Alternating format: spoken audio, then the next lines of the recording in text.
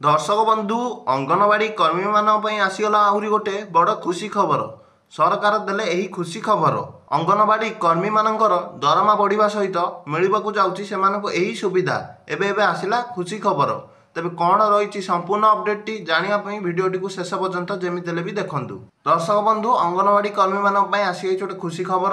अंगनवाड़ी कर्मी मानकर दरमा बढ़िबा सहित सेमानकु मिलवाकू जाउची एही सुविधा। दर्शक बंधु आपण मान तो जानिथेबे जे अंगनवाड़ी कर्मी माने किछि दिन तळे राजधानी रे आंदोलन करथले पिला मानक पई आस्तवा खाद्य पैसा बढ़िबाकू नेकी सेमानक दरमा बढ़िबाकू नेकी एवं अवसर पर पेंशन सह आर्थिक सहायता राशि प्रदान को नेकी। तेबे सेमानकर दाबी एबे पूरण होबाकू जाउची। कारण ना अंगनवाड़ी कर्मी माने जो दाबी रखी आंदोलन करते से आंदोलन से ओहरी जाइछंती। एथुरु जना पड़छि जे सरकार तांको दाबी पूरण को नहीं तांको सहित किछि कथबार्ता होइथिबारु सेमाने आंदोलन ओहरी जाइछंती। एवं द्वितीयतः all Odisha anganwadi ladies workers association Rajya Sabha नेत्री सुमिता महापात्र से कहछंती जे जून मासरु केंद्र सरकार अंगनवाड़ी कर्मी मानकर दरमा बढ़ाइबाकू नहीं चिंता करूछंती।